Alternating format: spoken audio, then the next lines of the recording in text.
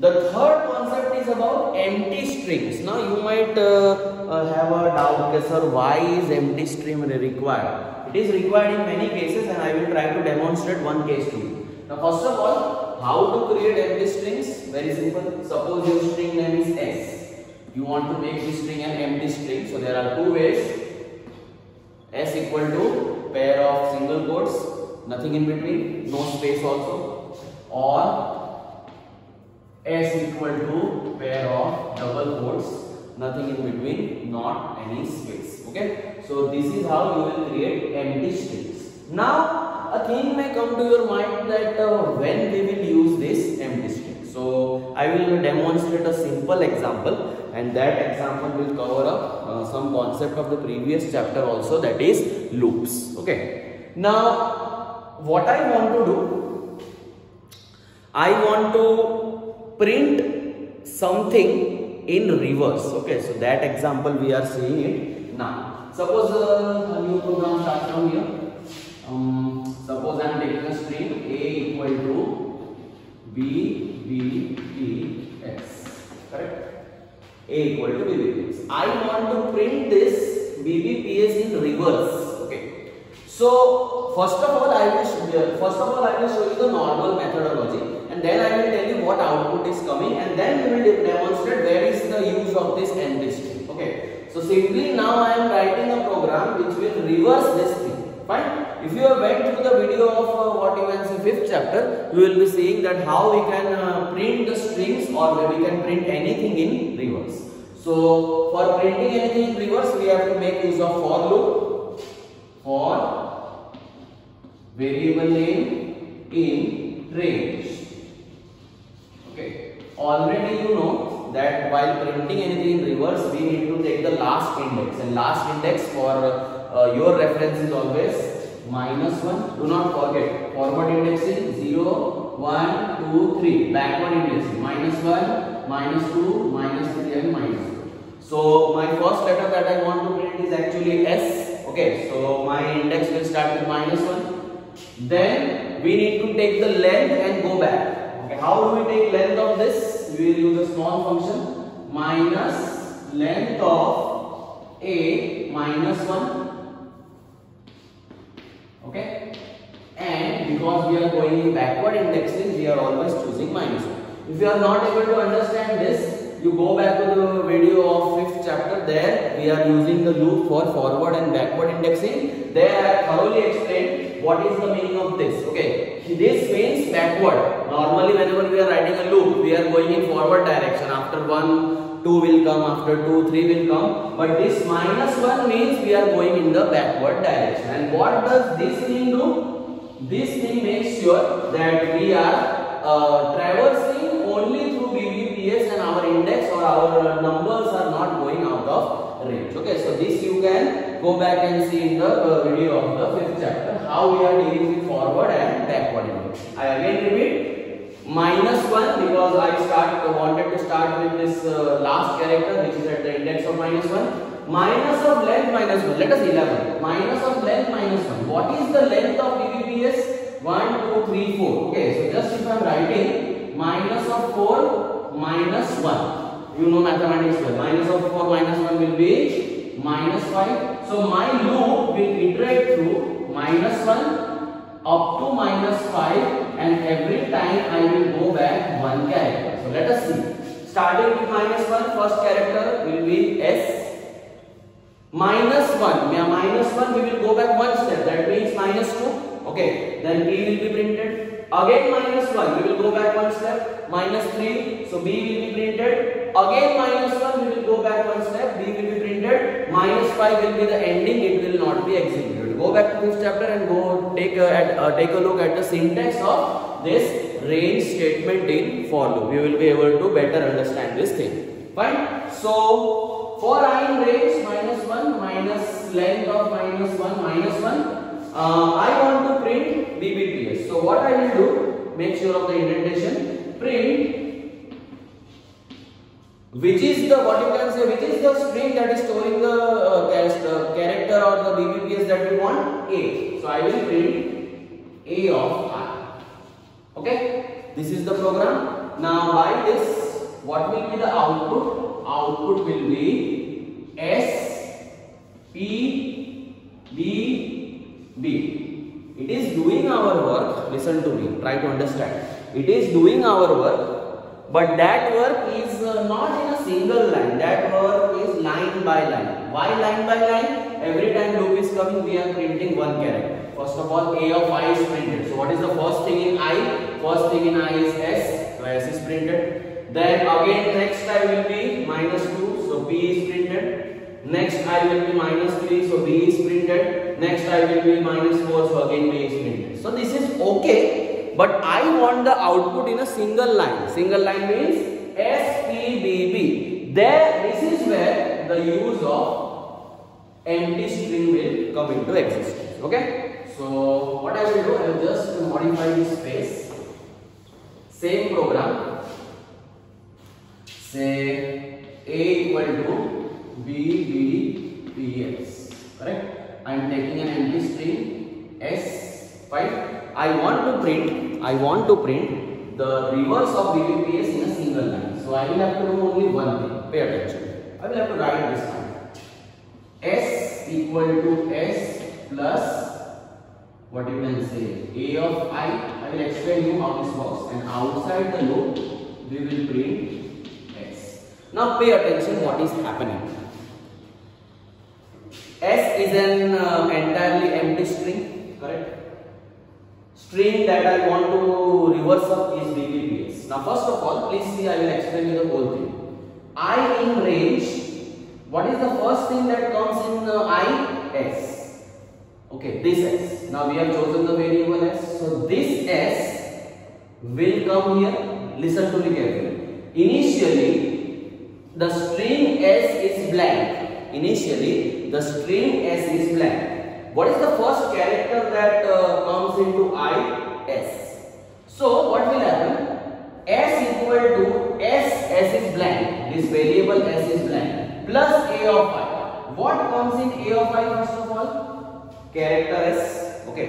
So what will be saved in string S after the first iteration of the loop? In string S, what will be saved? S will be saved. Okay. This character S will be saved. I again repeat. Understand. Initially, variable S is blank, empty. Okay. Whenever the loop will iterate, what is the first character that will come? S. So, S equal to S plus A of I. What will come in A of I? S will come in A of I. Okay. This S is blank. This S is blank. Do not get confused. This S and S are the same. So, let me change the variable first of all. So, let me want S1. Okay, if confusion is created, let me take it as S1 so that more clarity will be there. Now my empty string S1 is blank. What is the first character that will come in the loop? In the value of I, S. So S1 equal to S1. Remember now S1 is blank. What is the first character that will come in A of I? S.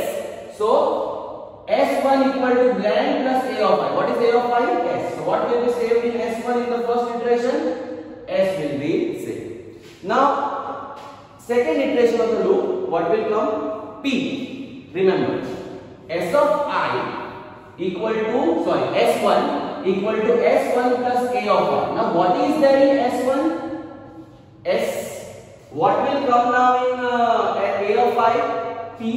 So, what is the second iteration? It is giving me SP. I hope you are able to understand. Okay. Now what is contained in SP? Now what is contained in this? In the next iteration, what is there in S of 1? SP. What is the third iteration giving us? Third iteration is giving us B. A of I will have B. So after third iteration, what will be S1? S1 will be SP B. Okay. Now S1 is going SPB. So for the last iteration, what will come in A of I? B. Okay. So SPB plus B. Final iteration will be SPB D. So as you are seeing, students, after the loop will terminate, what will be printed? What will be printed? S1 will be printed, and which value is stored in S1? SPB. So our output here will be SPB. Okay, I hope you are able to understand. This is little bit technical, but if you go through the things, it is very easy to understand. I will repeat the entire procedure once. I want to print this string BBPS in reverse. Okay, I have taken a blank string. Why I have taken a blank string? In the previous case, you saw that output is coming, but it is in the case of what you can say line by line. Okay, so I have taken a blank string. Let the blank string be called S of 1. I explained you the meaning of the loop. Okay, you can go through it programmatically for understanding. Now, what is the use of this blank string? Initially, S1 is blank. S1 is blank. What is the first value coming in A of I? S. So in the first iteration, value of S1 will be S. In the second iteration, what is the value coming in A of I? P. But do not forget, in S of I already we have S. S plus P will be SP. Okay. In the third iteration, what is coming? B. Remember, in S of I we have SP from the previous iteration. Now SP plus B will be SP3. Okay. And in the last iteration, in A of I, another B is coming. We already have SPB in S of 1. So SPB plus B will be SPBB. And once the loop is terminating, we are printing outside the loop print of S1. So SPBB will be printed. So this is how this blank string or empty string is actually working for reversing the characters, and many other tasks can be performed in the same way that we will see as we are going to do more and more programs from this chapter.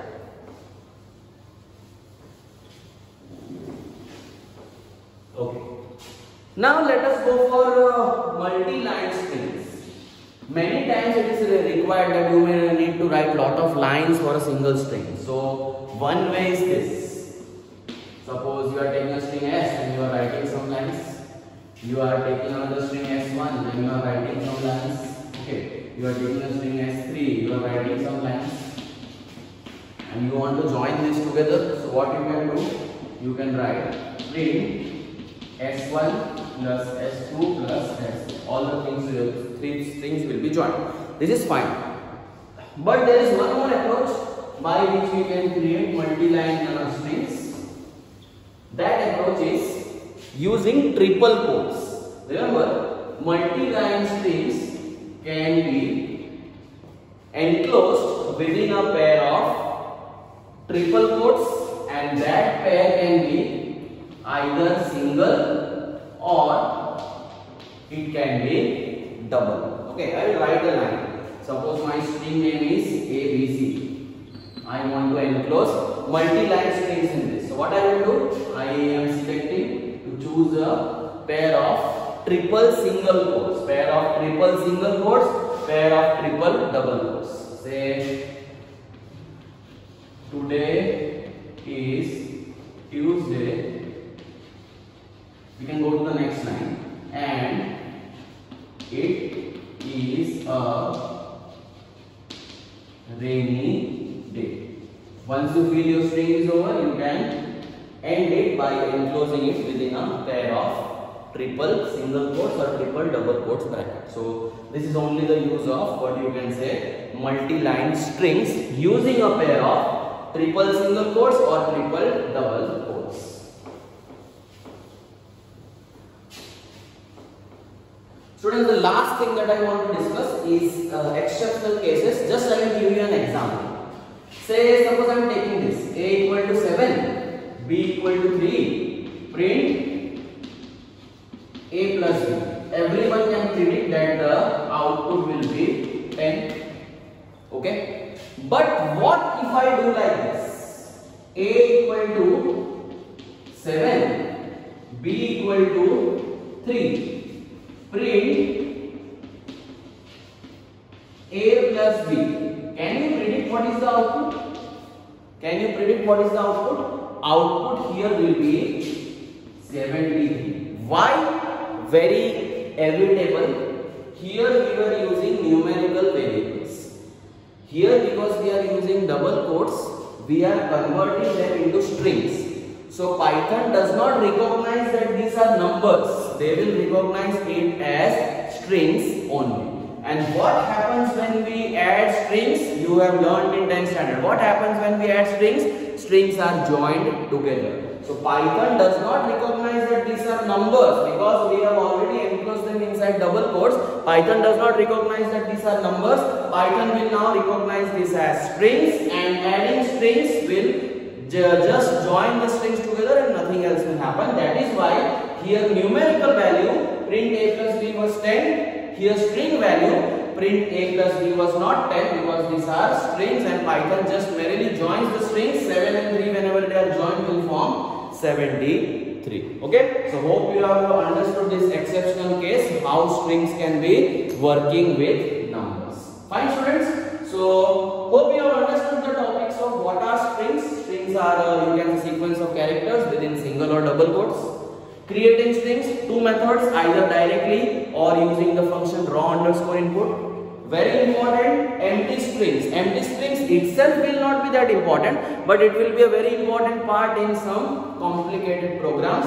One of the programs I demonstrated, I request you to go through the same program and maybe perform it practically on your PC. Multi-line strings, whenever we want to write strings which are spanning through different lines, we can use it. Remember, for using multi-line strings, we need to make use of pair of triple single quotes or triple double quotes.